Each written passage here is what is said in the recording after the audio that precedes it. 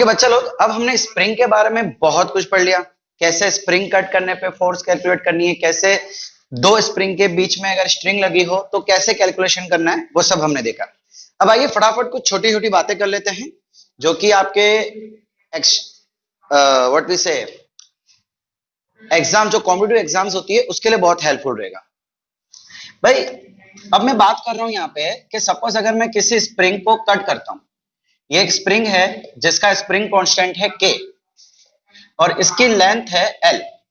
अब अगर हम इस स्प्रिंग को कट करेंगे तो क्या इसके कांस्टेंट पे कुछ फर्क आएगा? यस, फर्क आएगा। तो भाई याद रखो कि जो कांस्टेंट है, स्प्रिंग कांस्टेंट, वो उसके लेंथ को इनवर्सली प्रोपोर्शनल होता है।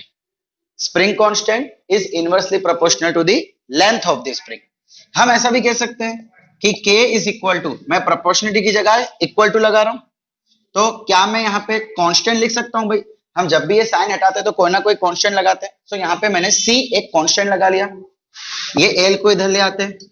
सो K into L is equal to constant, यानी कि जो मेरा न्यू कांस्टेंट होगा, न्यू कांस्टेंट, वो इस फॉर्मूला के अकॉर्डिंग मुझे निकालना पड़ेगा। देखिए देखिए एग्जांपल कैसे। सपोज करो कि किसी स्प्रिंग को जो कि L लेंथ की है, उसको हम दो पार्ट्स में तोड़ देते हैं, दो इक्वल पार्ट्स में, यानी ये भी हो गया L/2 और ये भी हो गया L/2। तो इसका स्प्रिंग कांस्टेंट कितना होगा और इसका स्प्रिंग कांस्टेंट कितना होगा? देखिए हमने क्या बोला है कि K इंटू L हमेशा कांस्टेंट रहता है, ठीक है। इस फॉर्मूला की मदद से हम निकाल सकते हैं भाई, initially K into L, K into L is equal to C। अब इसका भी कांस्टेंट रहना चाहिए। अब यहां पे क्या हो रहा है, चलो मैं स्प्रिंग कांस्टेंट K ले लेता हूं, इंटू L/2 ले लेता हूं। पहले क्या था, K इंटू L। अब मुझे यहाँ पे K इंटू L लाना है। मैं क्या करूंगा, अगर मैं यहाँ पे 2 मल्टीप्लाई कर दूं तो क्या मेरी बात बन जाएगी? देखिए 2 2 कट और फिर से K इंटू L आ गया। इन शॉर्ट मुझे क्या करना है, कटिंग करने के बाद जो नंबर को आपको मल्टीप्लाई डिवाइड करना है करो, आपको K इंटू L लाके खड़ा करना है, ठीक है। सिमिलरली इसका भी हो जाएगा, K इंटू L/2 है, मुझे ये 2 नहीं चाहिए तो मैं 2 मल्टीप्लाई कर देता हूं। इन शॉर्ट जो न्यू कांस्टेंट है वो हो जाएगा 2K और इसका भी हो जाएगा 2K। तो देखो इनवर्सली प्रोपोर्शनल हो गया, लेंथ हाफ हो गई तो K डबल हो गया। इनवर्सली प्रोपोर्शनल मतलब क्या होता है, एक कम होगा तो एक बढ़ेगा। अगर लेंथ आधी हो गई तो कांस्टेंट डबल हो जाएगा। समझ आ रहा है रिलेशन? ओके चलिए एक और एग्जांपल देखते हैं। सपोज करो कि ये कोई एक लेंथ है, कोई स्प्रिंग है जिसकी लेंथ L है और कांस्टेंट K है। इसको हम 3 इक्वल टुकड़ों में तोड़ते हैं, यानी L/3, L/3 और ये भी L/3। अब इन तीनों का कांस्टेंट कितना होगा किसी स्प्रिंग को अगर हम काटेंगे तो? देखिए सीधी सी बात है, अब मुझे इन तीनों के लिए क्या करना पड़ेगा, K इंटू L चाहिए। मुझे क्या चाहिए, K इंटू L, बिकॉज वो कांस्टेंट होता है। लेकिन हमारे पास L/3 है, सो मुझे क्या करना पड़ेगा, यहाँ पे 3 मल्टीप्लाई करना पड़ेगा इसको बैलेंस करने के लिए, काटने के लिए।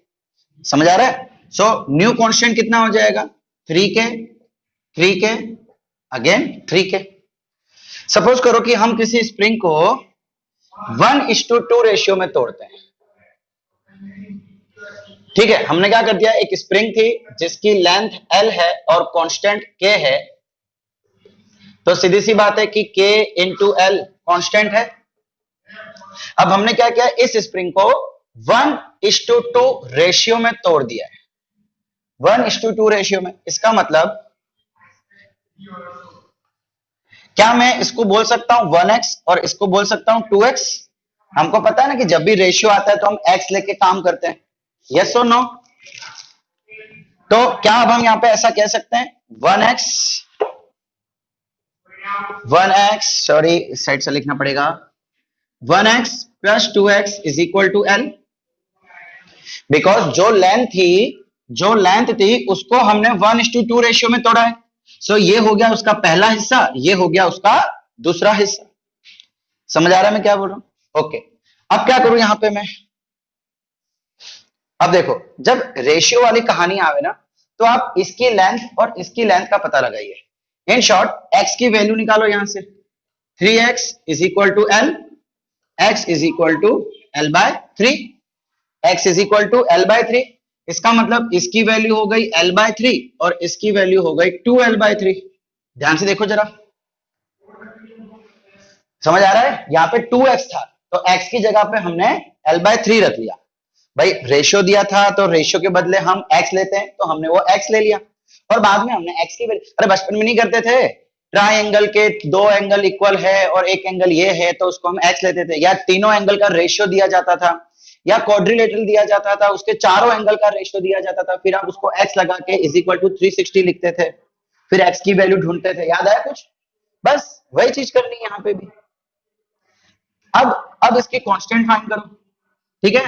तो इसके लिए कांस्टेंट कितना हो जाएगा, k इंटू एल बाय 3। मुझे c लाना है, मुझे k इंटू एल चाहिए, तो मुझे क्या करना पड़ेगा, यहाँ पे 3 मल्टीप्लाई करना पड़ेगा, बिकॉज इसका कांस्टेंट कितना था, k इंटू एल, तो मुझे यहाँ पे भी k इंटू एल चाहिए, बिकॉज उसका जो प्रोडक्ट है वो हमेशा कांस्टेंट रहता है। कांस्टेंट का और लेंथ का जो प्रोडक्ट है उसकी वैल्यू, लेंथ चेंज होगी, कांस्टेंट चेंज होगा, लेकिन उसका प्रोडक्ट की वैल्यू हमेशा सेम रहेगी। सो अगर l डिवाइड बाय 3 है तो 3 मुझे निकालना है, तो मैंने 3 मल्टीप्लाई में लिख दिया। सो इसका कांस्टेंट कितना हो गया, अब न्यू कांस्टेंट 3k। सिमिलरली इसकी बात करूं तो भाई 3 बाय 2 लिख सकता हूं। देखिए मुझे क्या करना है, यहां पे दिख रहा है, हाँ दिख रहा है,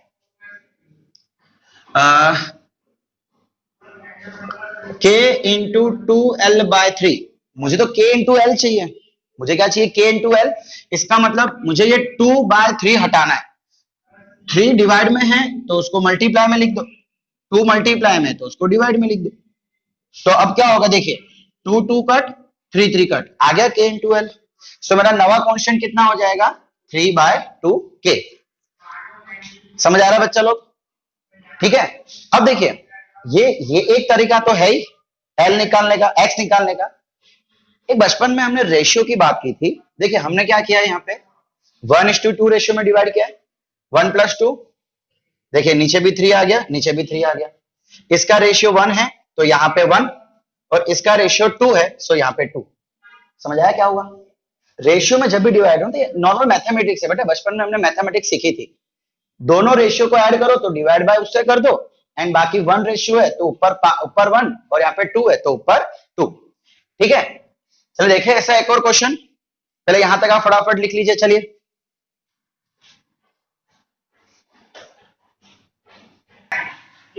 ओके, चलिए एक और क्वेश्चन देख लेते हैं हम लोग। सपोज करो कि ये मेरी स्प्रिंग है जिसकी लेंथ L है और उसको हम तोड़ रहे हैं 5:8 के रेशियो। क्या कर दिया हमने, 5:8, मतलब कट करने के बाद मेरे पास स्प्रिंग के 2 टुकड़े हो जाएंगे इस टाइप से। इसका रेशियो 5 है, इसका रेशियो 8 है। चलिए इस बार हम डायरेक्टली लेंथ ढूंढते हैं। मैंने पहले क्या बताया था, सिंपल मैथमेटिक्स यूज करना है। 5 और 8, सॉरी 3 और 5 के रेशियो में, सॉरी नॉट 5 और 8, 3 और 5 के रेशियो में। अब हमने क्या देखा था कि L के डिवाइड में 5 + 3 8, यहां भी L के डिवाइड में 8। अब पहला वाला 3 है सो यहाँ पे 3 लग जाएगा, दूसरा वाला 5 है सो यहाँ पे 5 लग जाएगा। आप जब x के थ्रू वैल्यू निकालेंगे तो भी यही वैल्यू आएगी। आप चाहे तो ट्राई करके देखिए, करना है ट्राई? ओके, अब मुझे क्या ढूंढना है, new proportionality, sorry new spring constant. So भाई स्प्रिंग कांस्टेंट इसका रेसिप्रोकल होता है, इसका रेसिप्रोकल। सो ये हो जाएगा 8/3 के, 3/8 था तो इसका 8/3 k डैश बोल देता हूं, न्यू कांस्टेंट। ठीक है, और इसका न्यू कांस्टेंट कितना हो जाएगा, 8/5k। भाई हमने क्या देखा था, k इंटू एल कॉन्स्टेंट है। चलिए हम वो, आपको ये समझ नहीं आया तो नॉर्मल मेथड से कर लेते हैं। k इंटू लेंथ कितनी है, 3/8l। अब मुझे तो यहाँ पे k इंटू एल चाहिए, तो मैं क्या करूंगा, 8 को मल्टीप्लाई करूंगा और 3 को डिवाइड करूंगा, 8/3k। समझ आया? अरे भाई हमने देखा था ना कि कांस्टेंट और लेंथ इनवर्सली प्रोपोर्शनल है, तो कुछ नहीं करना है, जो भी l का कोफिशिएंट है उसको रेसिप्रोकल कर दो। 3/8 कोफिशिएंट है तो इसका 8/3, इसका 5/8 कोफिशिएंट है तो उसका 8/5। इसके पहले जो क्वेश्चन किया उसमें भी सेम मेथड आप यूज कर सकते हैं, मतलब बहुत जल्दी हो जाएगा। ठीक है, देखो सीधी सी बात है, कॉम्पिटिटिव एग्जाम में हमको टाइम कम से कम लेना है। सो अगर हमारे बेसिक्स पक्के होंगे तो ही हमारा टाइम कम कंज्यूम होगा। Okay, clear? चलिए ठीक है, फटाफट इसको लिख लो, हम आगे बढ़े।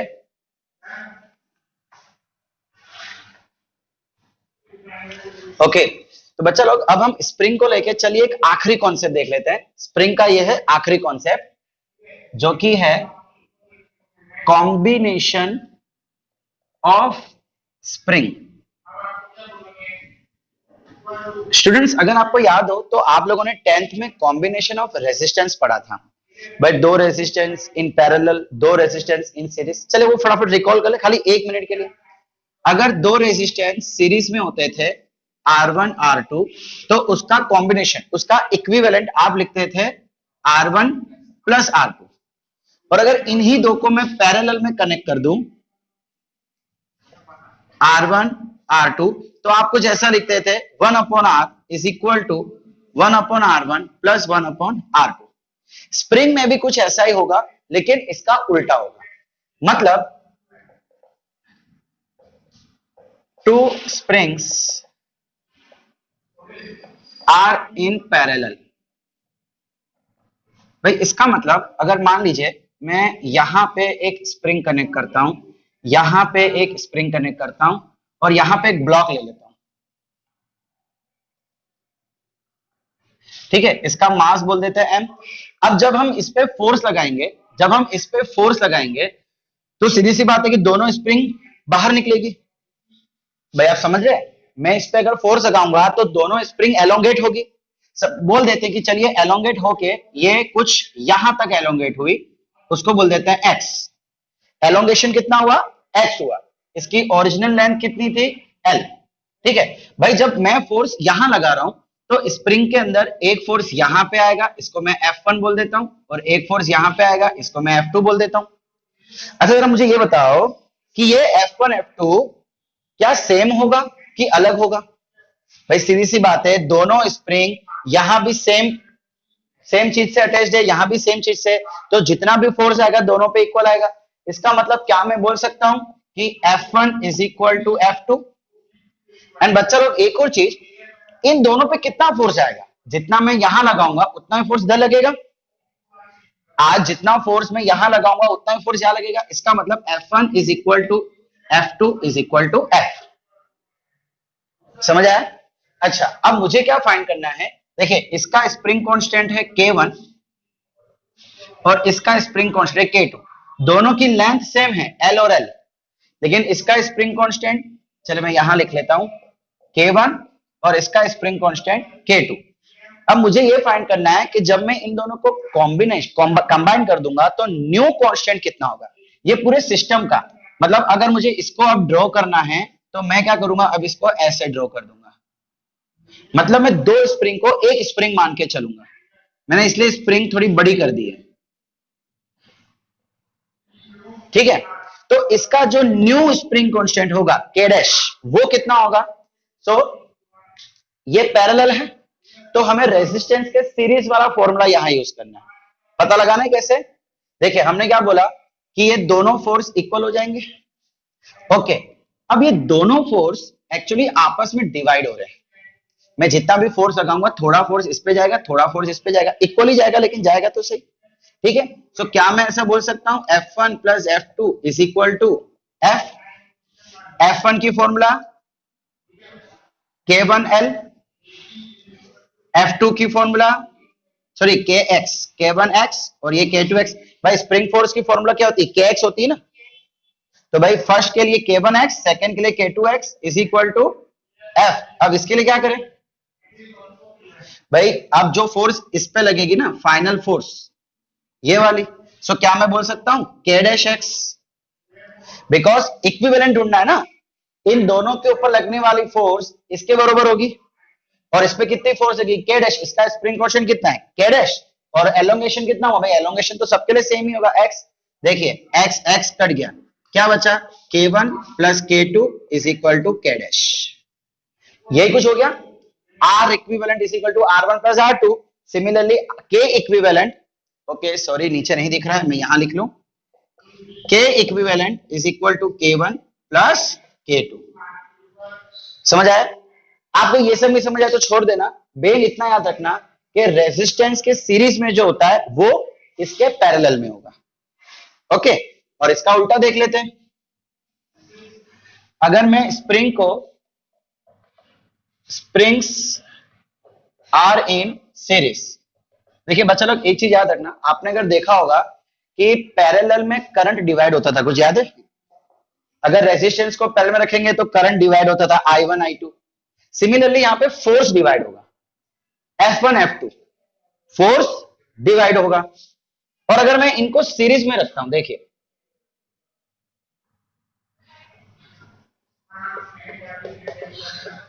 ये एक स्प्रिंग को दूसरे स्प्रिंग से कनेक्ट किया, दूसरे स्प्रिंग को किसी ऑब्जेक्ट से कनेक्ट कर दिया और उस पर फोर्स लगाया जा रहा है।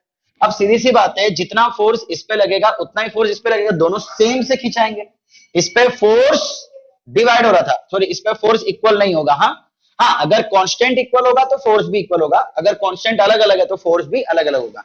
मतलब यहां पे हम क्या बोलेंगे, F1 is not equal to F2 अगर अगर कांस्टेंट अलग अलग है तो। लेकिन इसके अंदर कांस्टेंट कुछ भी हो, चलो इसका मैं K1 लेता हूं, इसका मैं K2 लेता हूं, भाई यहां का फोर्स कंपलसरी इक्वल होगा, दोनों जितना ये खिंचाएगा उतना ये खिंचाएगा। ओके, अब इसका डेरिवेशन हम नहीं देखेंगे, हम डायरेक्टली देख लेंगे कि जो न्यू कांस्टेंट है, मैंने क्या कहा था कि वो रेजिस्टेंस का उल्टा, ये सीरीज में है तो रेजिस्टेंस का parallel, 1 upon K dash, 1 upon K dash is equal to 1 upon K1 plus 1 upon K2। ठीक है, समझ आया? सो अगर स्प्रिंग आपको पैरेलल या सीरीज में दी हो तो इस तरीके से आप नवा कांस्टेंट फाइंड कर सकते हैं। अब देखिए, चलिए फटाफट इसको लिखो, फिर इसके रिलेटेड एक क्वेश्चन देखते हैं और स्प्रिंग का कॉन्सेप्ट आपका यहां पे फिनिश। ओके, तो चलिए बच्चे लोग एक क्वेश्चन देख लेते हैं इसके related. A spring of length L is broken into two equal parts. Broken into two equal parts, and connected first in series, then in parallel. Find new spring constant for both the cases. For both the cases. ठीक है, एक spring है जिसको पहले equally काटा गया, फिर उसको एक बार सीरीज में कनेक्ट किया गया और उसी दो टुकड़ों को पैरेलल में कनेक्ट किया गया। सो बोला जा रहा है कि भाई न्यू के जो न्यू कांस्टेंट होगा पूरे सिस्टम का वो कितना होगा बताइए। देखिए पहले तो हम क्या करते हैं, एक स्प्रिंग ले लेते हैं, इसको दो इक्वल पार्ट में तोड़ देंगे, इसका लेंथ L और इसका स्प्रिंग कांस्टेंट K, इसको हमने 2 इक्वल पार्ट्स में तोड़ दिया। सो इसका लेंथ हो जाएगा L/2, इसका लेंथ हो जाएगा L/2, सो इसका कांस्टेंट हो जाएगा 2K, इसका कांस्टेंट होगा 2K। हमने कहा था ना कि जो भी L का कोफिशिएंट हो उसका रेसिप्रोकल, तो यहाँ पे L का कोफिशिएंट 1/2 बोल सकते हैं, सो 1/2 का रेसिप्रोकल 2। सो ये आ गया नवा कांस्टेंट। अब इन दोनों को सीरीज में लगाना है, सो फर्स्ट इन सीरीज। अच्छा, सीरीज में जो न्यू कांस्टेंट होता है वो 1/K डैश के हिसाब से देखा जाता है भाई, यानी कि रेजिस्टेंस का पैरेलल, इसका सीरीज तो रेजिस्टेंस का पैरेलल, सो 1/K1 plus 1/K2, 1/2K plus 1/2K। नीचे सेम है तो क्या हम डायरेक्टली बोल सकते हैं, भाई दिख रहा है आप लोग को? यस दिख रहा है, 2/2K, 2 कट क्या आ गया 1/K। सो ये 1/K डैश था, वो 1/K है, दोनों का रेसिप्रोकल करेंगे, सॉरी, तो आंसर कितना आ जाएगा, K dash is equal to K। इसका मतलब एक चीज देखिए आपने कि यहां पे कांस्टेंट इक्वल था। देखिए अगर मैं इक्वल तोड़ूंगा और उसको सीरीज में कनेक्ट करूंगा तो कांस्टेंट में कोई फर्क नहीं आएगा। जितना कांस्टेंट पहले था उतना ही कांस्टेंट बाद में भी रहेगा। कब? कब? जब इक्वली तोड़ा जाएगा तब, और उसको सीरीज में लगाया जाएगा तब। ठीक है, ये एक केस याद रखना, अगर नहीं भी याद रहता है, बाय चांस एग्जाम में आता है, तो आप ये कैलकुलेशन कर ही सकते हैं। ओके, चलिए सेकंड ले लेते हैं, इन पैरेलल। इन पैरेलल, तो बच्चा पैरेलल में तो क्या होता था, सिंपली दोनों का एडिशन। सो K1 कितना है 2K, K2 कितना है 2K, 2K प्लस 2K कितना हो जाएगा 4K। लीजिए, ये आपका आंसर आ गया। अब आपको हो सकता है कि एग्जाम में यहाँ पे K की वैल्यू दे रखी हो, जैसे कि सपोज करो 45 न्यूटन पर मीटर, 45 न्यूटन पर मीटर। अच्छा, ये कहां से आया, ये इसकी यूनिट कहां से आई? भाई सीधी सी बात है, के F is equal to K X था, सो ये एक्स को नीचे ले जाएंगे, so F by X is equal to K. So K की यूनिट फोर्स यानी न्यूटन, एक्स, एक्स क्या था, नेट एलोंगेशन मतलब लेंथ, सो लेंथ के लिए मीटर, सो के की यूनिट आ गई न्यूटन पर मीटर, याद रखना। ठीक है। अब अगर मान लो कि आपको यहाँ पे 45 वैल्यू दी है, तो यहाँ पे तो 45 का 45 और यहाँ पे 45 इंटू 4 हो जाएगा। समझ रहे हो, अगर वैल्यू दी है तो सिंपली वैल्यू पुट कर दो, और क्या। चलो फटाफट लिख लो। और स्प्रिंग को लेके बच्चा लोग इतना ही कॉन्सेप्ट था। जितने भी कॉन्सेप्ट आपके जेडबलई नीट गुड सेट में पूछे जाते हैं, सारे के सारे कॉन्सेप्ट हमने यहाँ पे कवर कर लिए हैं। ओके,